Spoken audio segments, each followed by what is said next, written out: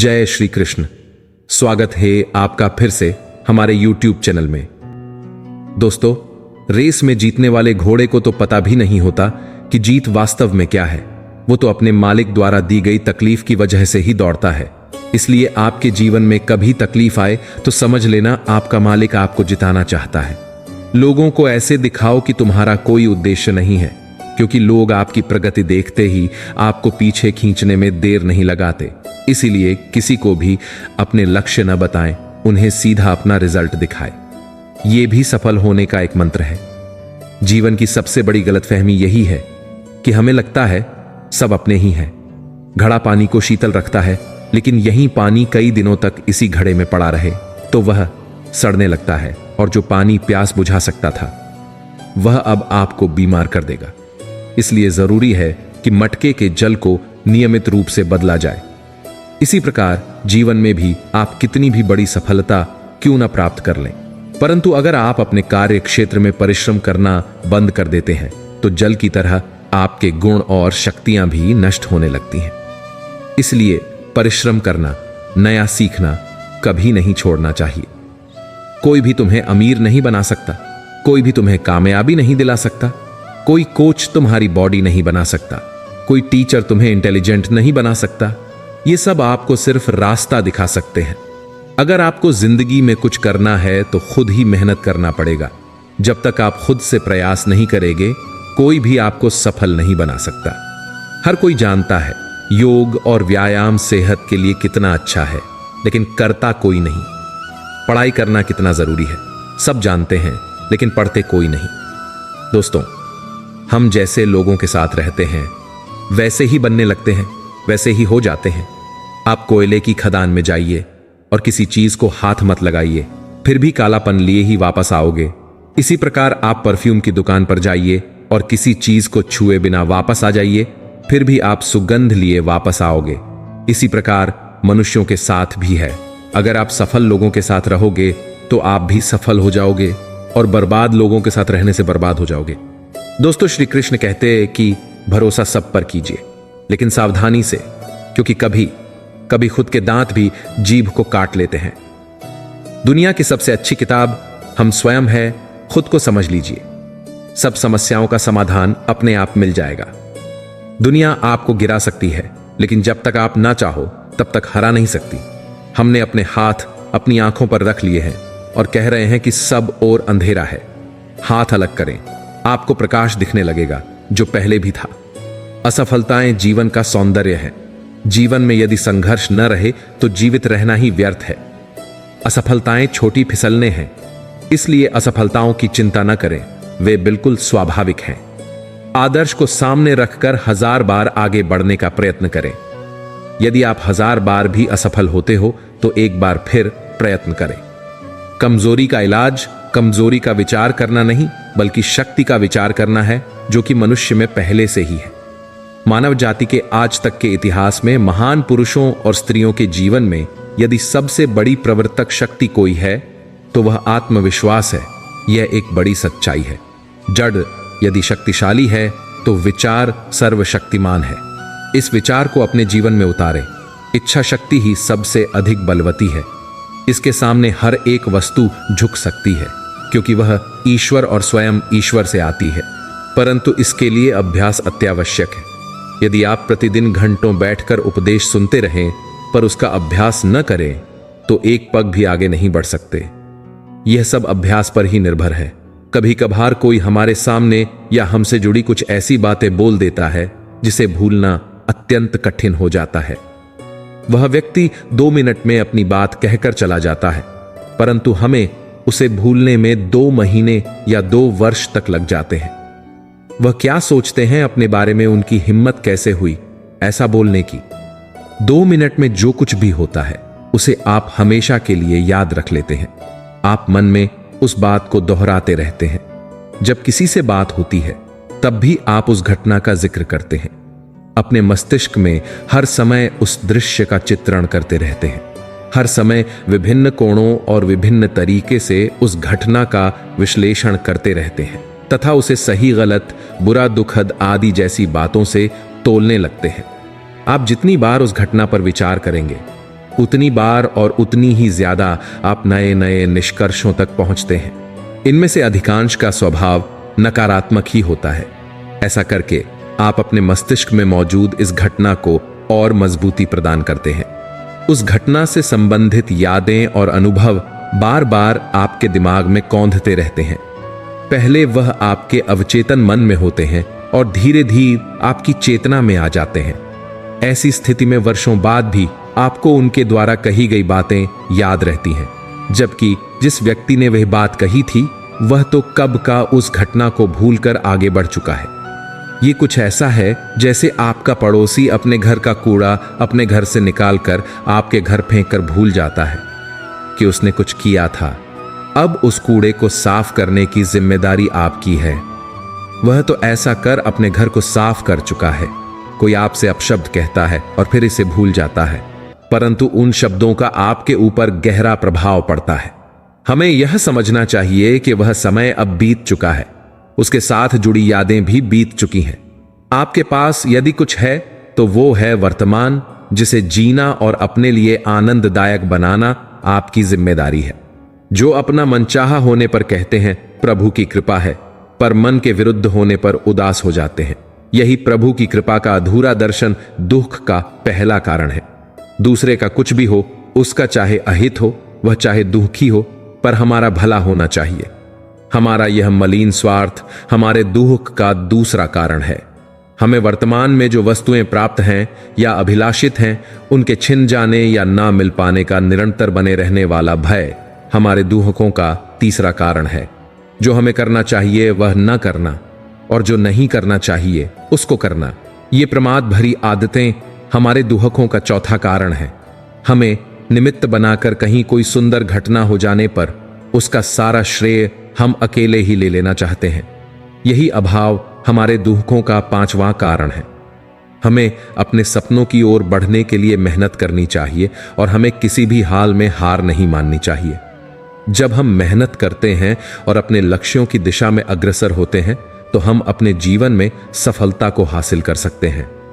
आपने जो ठाना है उस पर कायम रहिए।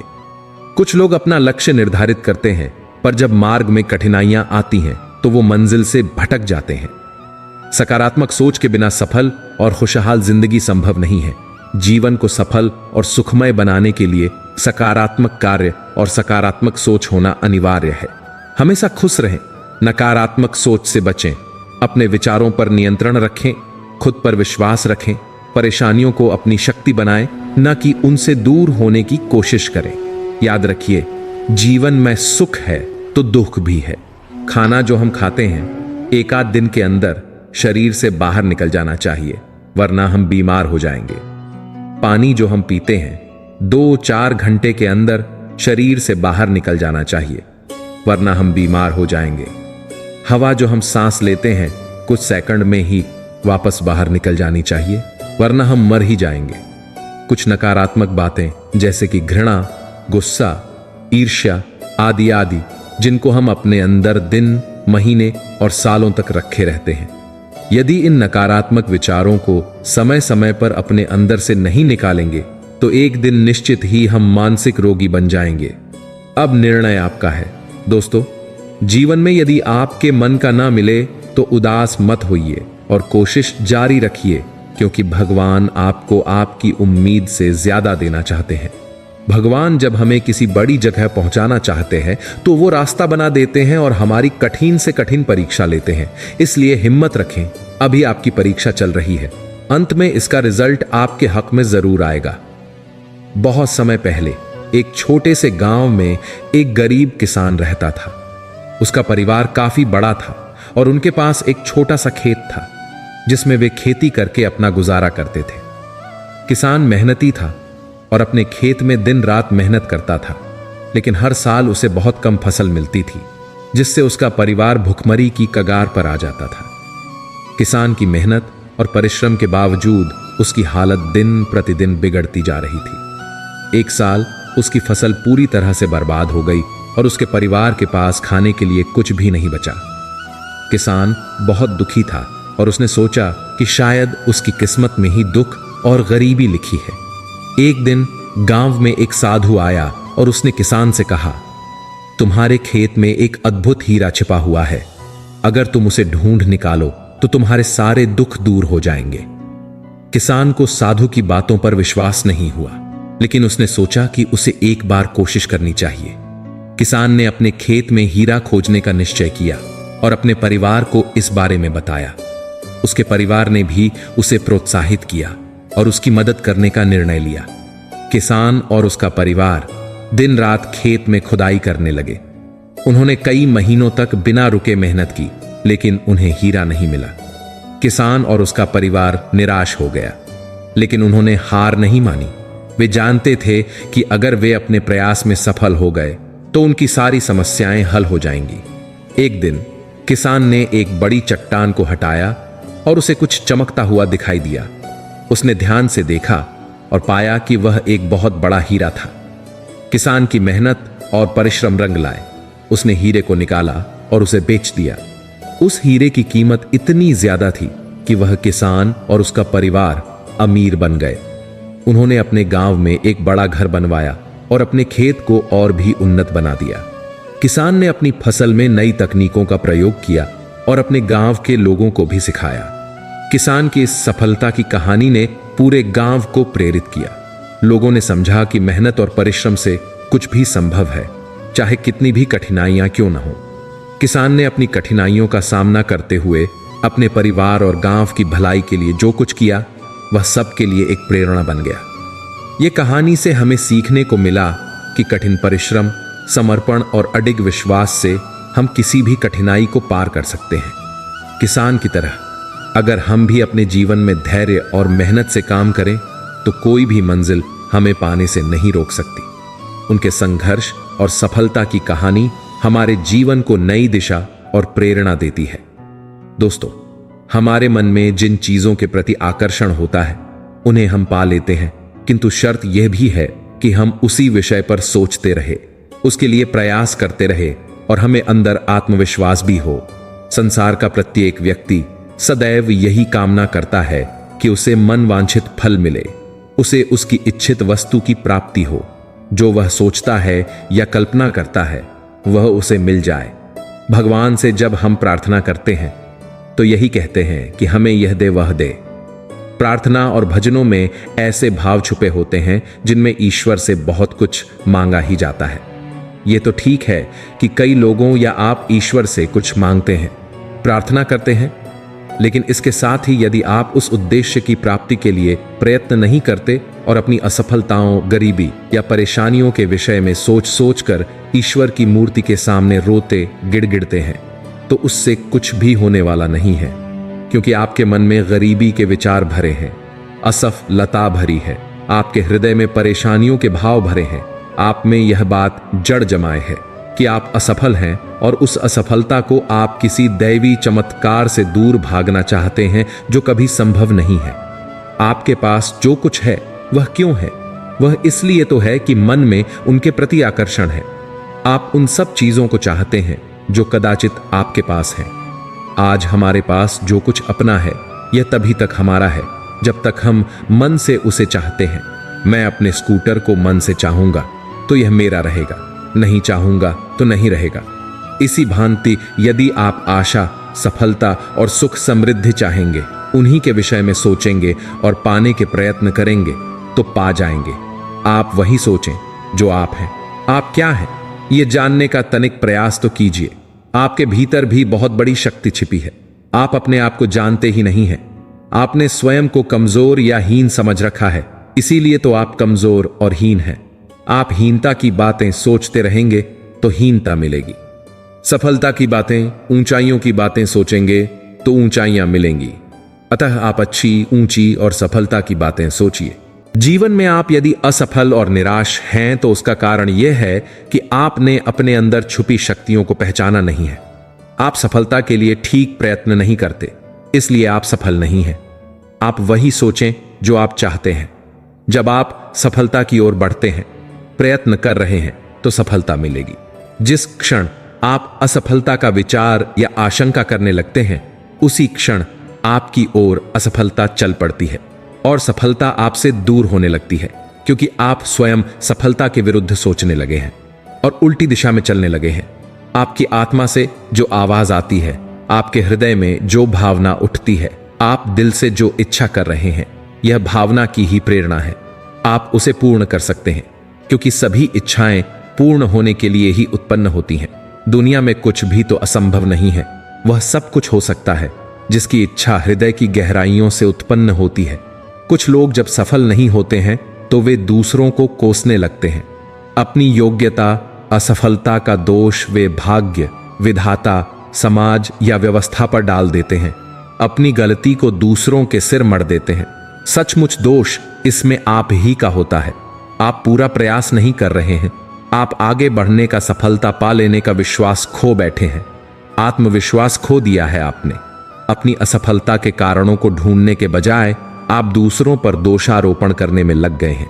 प्रयास कीजिए, दृढ़ संकल्प के साथ, पूरे परिश्रम से, सफलता के विश्वास के साथ आगे बढ़ते रहिए। सफलता आपके कदम चूमेगी। बहुत से लोगों के बारे में कहा जाता है कि वह सदा सफल रहता है। वह जो भी इच्छा करता है उसे पा लेता है। जहां भी वह हाथ डालता है वह मिट्टी भी सोना बन जाती है। जिस काम को वह अपने हाथ में ले लेता है वह हो ही जाता है। इसका क्या अर्थ है? इसका स्पष्ट अर्थ यही है कि वह व्यक्ति सदा सफलता की बात सोचता है। वह सफलता के विचारों में डूबकर अपने लक्ष्य के लिए प्रयत्न करता है और निराश नहीं होता। दृढ़ आत्मविश्वास और परिश्रम की शक्ति से आप भी सफलता को अपनी ओर खींच सकते हैं। ईश्वरीय प्रेरणाओं से आप शक्ति ले सकते हैं और अभिलाषाओं को पूरी कर सकते हैं। आप अपने जीवन के स्वप्न को पूरा करने की दिशा में प्रयास करें। उसे ईश्वरीय प्रेरणा मानकर आगे बढ़े तो जरूर कामयाबी मिलेंगी। श्री कृष्ण कहते कि प्रत्येक मनुष्य के भीतर एक शक्ति का स्रोत है। कोई न कोई शक्ति, कोई न कोई प्रतिभा प्रत्येक में छिपी हुई है। मनुष्य ऐसे भूखंड की भांति है जिसके भीतर अपार संपदा छुपी होती है। उसे ढूंढने की जरूरत है। अपनी शक्ति को पहचाने, अपने आप को जाने और पूरी लगन, शक्ति और विश्वास के साथ अपनी मंजिल की ओर बढ़े। अपनी शक्ति में विश्वास रखकर आप स्वप्नों की मंजिल की ओर बढ़ेंगे, तभी तो आपको मंजिल मिलेगी। जो व्यक्ति मूर्ख और आलसी होते हैं वे भाग्य और संयोग की बात करते हैं। कुछ लोग दूसरों से केवल ईर्ष्या करते हैं, लेकिन उनसे ज्यादा मेहनत करके आगे बढ़ने का प्रयास नहीं करते। दूसरों को धनवान देखकर भाग्य की बात करते हैं या उन्हें भ्रष्ट अथवा 2 नंबरी बताकर चुप हो जाएंगे, लेकिन ऐसा नहीं सोचते कि उनकी सफलता के पीछे जो लगन, जो दृढ़ संकल्प और इच्छा शक्ति थी, इसी की वजह से वह यहां तक पहुंचा है। एक व्यक्ति बहुत गरीब परिवार से था। वह बहुत दिनों से नौकरी की तलाश कर रहा था, लेकिन उसे अपने शहर में नौकरी नहीं मिल पा रही थी। ऐसे में उसने दूसरे शहर में किस्मत आजमाने का फैसला किया। उसने अगले ही दिन ट्रेन पकड़ी और दूसरे शहर की तरफ निकल गया। उसकी मां ने एक टिफिन में रोटियां रखकर दी। वह इतना गरीब था कि उसके घर में सब्जी नहीं बनती थी। ऐसे में बस उसकी मां ने रोटियां ही दी थीं। जब उसका आधा सफर तय हो गया तो उसे भूख लगी। उसने टिफिन निकाला और रोटियां खाने लगा। जिस तरह से वो रोटी खा रहा था, उससे उसके आसपास बैठे लोग उसे देख रहे थे। वह पहले रोटी तोड़ता, फिर टिफिन में कुछ घुमाकर कौर को मुंह में डालता। ऐसा लग रहा था मानो वह रोटी के साथ सब्जी भी खा रहा है। लोग उसे हैरान होकर देख रहे थे। वो ऐसा क्यों कर रहा था, उन्हें समझ नहीं आ रहा था। एक व्यक्ति ने उससे पूछ ही लिया, भाई तुम्हारे पास में केवल रोटियां ही हैं, तो उसे टिफिन में घुमाकर मुंह में क्यों डाल रहे हो? युवक ने जवाब दिया कि हां, मेरे पास केवल रोटी है, लेकिन इस खाली टिफिन में रोटी घुमाकर मैं यह सोच रहा हूं कि मैं रोटी के साथ अचार भी खा रहा हूं। व्यक्ति ने पूछा कि क्या इससे उसे अचार का स्वाद आ रहा है? युवक ने कहा कि मैं रोटी अचार सोचकर खा रहा हूं तो मुझे स्वाद भी आ रहा है। जब उसके आसपास बैठे लोगों ने बात सुनी तो एक व्यक्ति बोला कि अगर सोचना ही था तो अचार ही क्यों सोचा, मटर पनीर या शाही पनीर सोच लेते। इस तरह तुम उन सब्जियों का भी स्वाद ले पाते। बड़ा सोचो तभी सफलता बड़ी मिलेगी। अगर व्यक्ति के सपने बड़े होंगे तभी सफलता भी बड़ी होगी। इसके लिए व्यक्ति को बड़ा सोचना होगा। जीवन में अगर कुछ बड़ा करना है तो व्यक्ति को अपनी सोच बड़ी रखनी चाहिए। अगर व्यक्ति के सपने बड़े होंगे तभी सफलता भी बड़ी होगी। इसके लिए व्यक्ति को बड़ा सोचना होगा। एक आश्रम में संत रहते थे जो कि बच्चों को ज्ञान शिक्षा देने का कार्य करते थे। दूर दूर से बच्चे आकर संत से शिक्षा ग्रहण किया करते थे। एक दिन उनके आश्रम में एक नया शिष्य आता है। शिष्य का स्वागत संत अच्छे से करते हैं और उसका परिचय अन्य शिष्यों से करवाते हैं। नया शिष्य चोरी करने की भावना से आश्रम में रहने लग जाता है और जब भी उसे मौका मिलता वह अन्य शिष्यों का सामान चुरा लेता। वहीं एक दिन कुछ शिष्य उसे चोरी करते हुए पकड़ लेते हैं और फौरन संत के पास ले जाते हैं। संत को शिष्य बताते हैं कि किस तरह से वो उनका सामान चोरी कर रहा था। शिष्यों की बात सुनने के बाद चोरी करने वाले लड़के को संत कुछ नहीं कहते और सभी शिष्यों को वापस भेज देते हैं। संत द्वारा चोरी करने पर कुछ न कहे जाने पर हर कोई हैरान हो जाता है। वहीं कुछ दिनों बाद फिर वही लड़का चोरी करते हुए पकड़ा जाता है। फिर से अन्य शिष्य उसको संत के पास ले जाते हैं और संत से चोरी की शिकायत करते हैं। संत एक बार फिर इसे कुछ नहीं कहते और ऐसे ही छोड़ देते हैं। संत द्वारा चोरी करने वाले लड़के को आश्रम से न निकाले जाने पर अन्य शिष्य नाराज हो जाते हैं और अपनी नाराजगी जाहिर करते हैं। तब संत शिष्यों को समझाते हैं कि वह लड़का इस आश्रम में नया है और बुरी आदत में फंसा हुआ है। व्यक्ति की आदतों को बदलने में समय लगता है। इससे पहले ये जहां रहा करता था वहां से इसने चोरी करना सीखा है।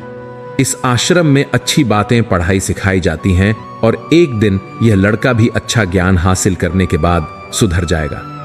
अगर मैं उसको आश्रम से निकाल दूंगा तो वह चोरी करना नहीं छोड़ देगा तथा कहीं और जाकर चोरी करने लग जाएगा।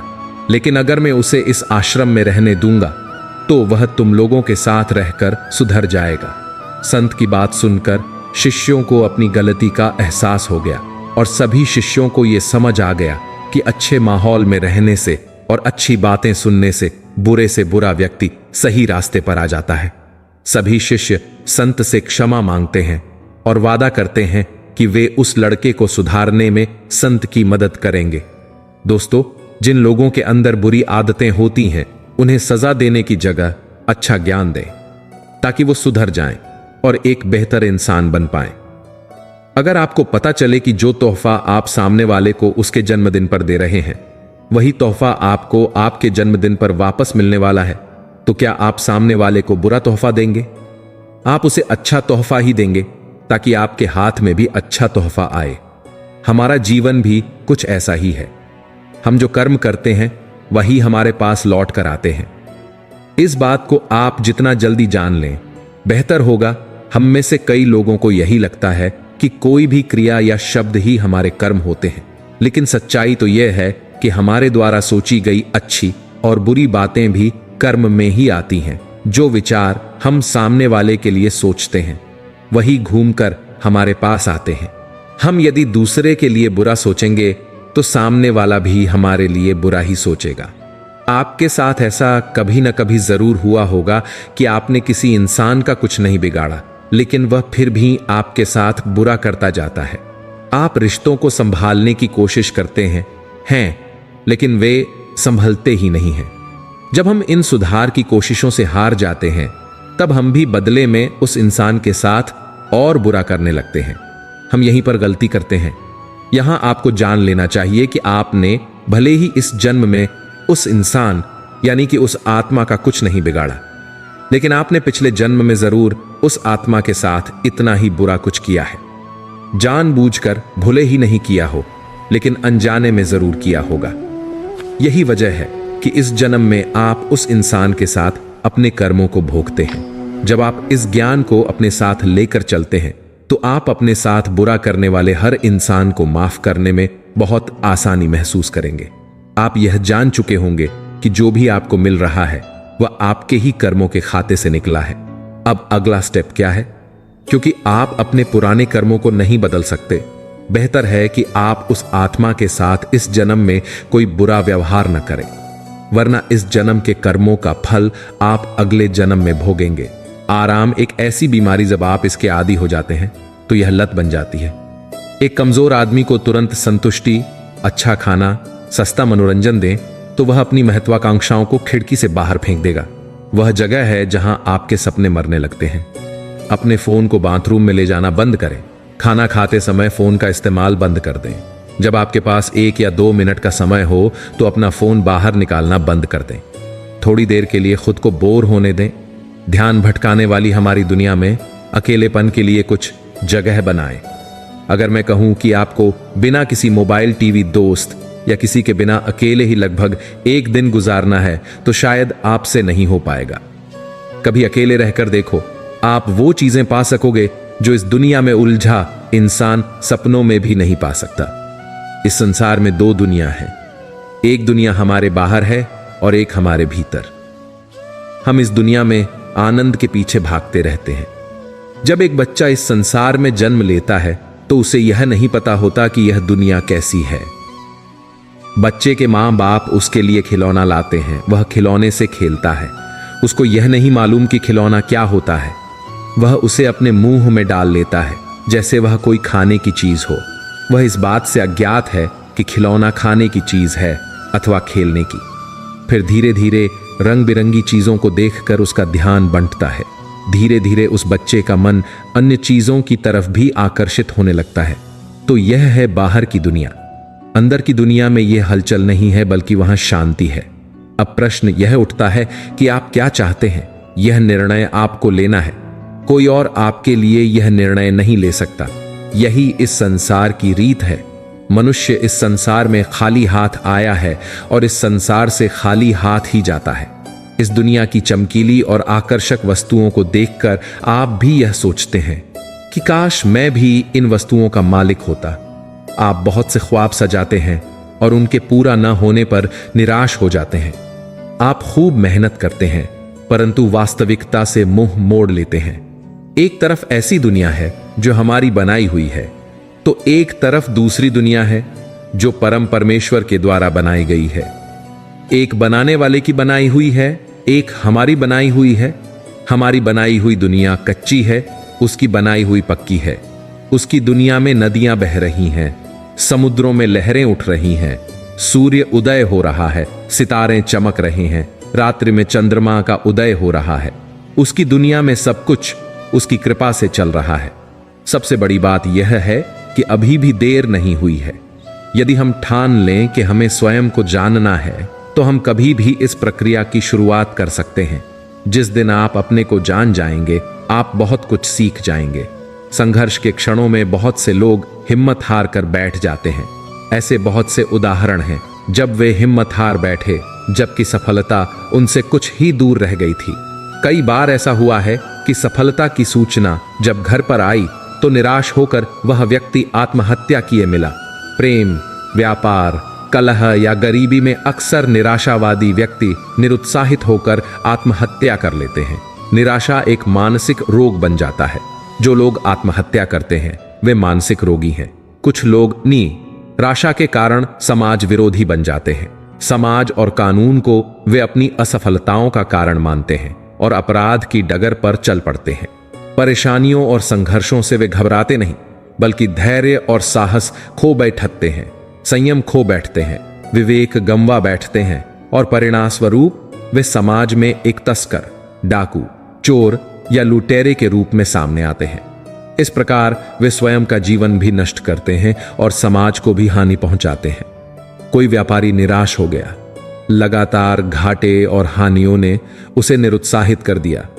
वह चिंता से ग्रस्त एक पार्क में बैठा था कि एक भिक्षुक ने उससे चिंता का कारण पूछा। वह भिखारी भांप गया था। व्यापारी ने जब चिंता का कारण बताया तो भिखारी ने उसे समझाया कि वह स्वयं भी पढ़ा लिखा व्यापारी था। घाटे ने उसे निराश कर दिया था, उत्साह छीन लिया था। उसने उत्साह बढ़ाने के लिए शराब का सहारा ले लिया। कुछ दिनों तक तो उत्साह सा महसूस हुआ, किंतु फिर तो शराब का आदी हो गया। व्यापार तो चौपट हो ही गया, शराब की भी लत न छूटी। मेरी सारी शक्तियां क्षीण हो गई हैं। उत्साह नाम की चीज मेरे पास नहीं है। धन तो कभी का चला गया। आत्मविश्वास खो गया है। अब भीख मांगता हूं, उसी से पेट भरता है और शराब पीता हूं। तुम्हारे पास तो अभी सारी शक्तियां हैं, क्यों निरुत्साहित हो गए? व्यापारी उत्साहित हो उठा। उसने अपनी समस्त शक्तियों को बटोरा। वह उत्साह के साथ पुनः व्यापार में लग गया और सफलता की ओर बढ़ता चला गया। ऐसे अनेक उदाहरण हैं। कुछ लोग हमेशा इस बात के इंतजार में रहते हैं कि एक दिन सब कुछ ठीक हो जाएगा। ऐसे लोगों को समझना चाहिए कि परेशानियां जिंदगी का हिस्सा हैं और जब तक जीवन है समस्याएं बनी रहेंगी। इसलिए परेशानियां खत्म होने का इंतजार करने के बजाय उनके साथ जोना और खुश रहना सीखना चाहिए। उन्हें समझना चाहिए कि खुशी किसी घर में नहीं, हमारे आसपास ही रहती है। बस उसे अपनी जिंदगी में जगह देने की जरूरत होती है।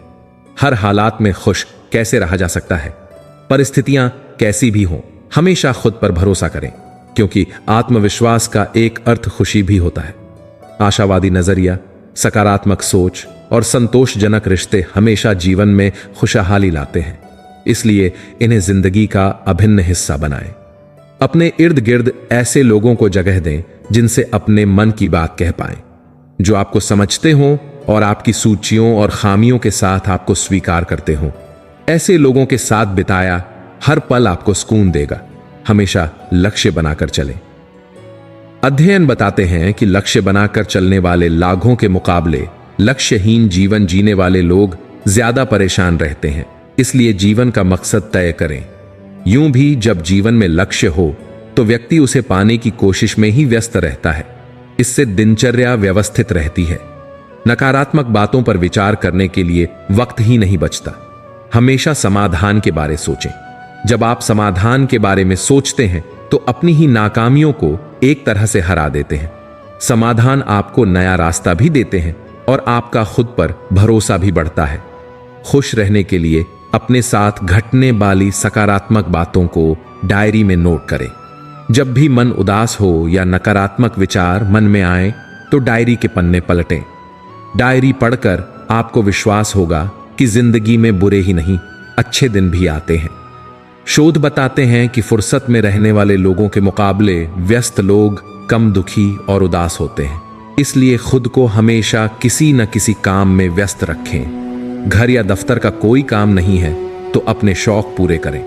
कोई अच्छी फिल्म देखें, पसंदीदा म्यूजिक सुनें। कुछ लोग दिन भर की अच्छी बातें को भूल छोटी छोटी परेशानियों को गले लगाए रहते हैं। अगर आपका स्वभाव भी कुछ कुछ ऐसा है तो तुरंत बदलिए। रोज सोने से पहले दिन भर मिली तारीफ, दुआ और आभार को गिनकर देखिए। खुद समझ जाएंगे कि परेशानियों से ज्यादा दुआएं आपके पास हैं। आप कितने खुशकिस्मत हैं। कभी भी दूसरों से अपनी तुलना न करें। तुलना करने से खुद से अपेक्षाएं बढ़ती हैं और पूरी न होने पर मन उदास होता है। आप जैसे हैं उसी रूप में खुद को स्वीकारें। रोज सुबह उठने के बाद 2 मिनट आंखें बंद कर बोलें, मुझे खुद से और दुनिया से प्यार है। नकारात्मक विचार दूर होंगे। दिन भर सकारात्मक ऊर्जा मिलती रहेगी। चलो दोस्तों, मेरा सफर यहां तक ही था। मैं उम्मीद करता हूं आपको यह वीडियो सुनकर कुछ ना कुछ प्रेरणा जरूर मिली होगी। वीडियो को लाइक, शेयर और चैनल को सब्सक्राइब कर देना। जय श्री कृष्ण।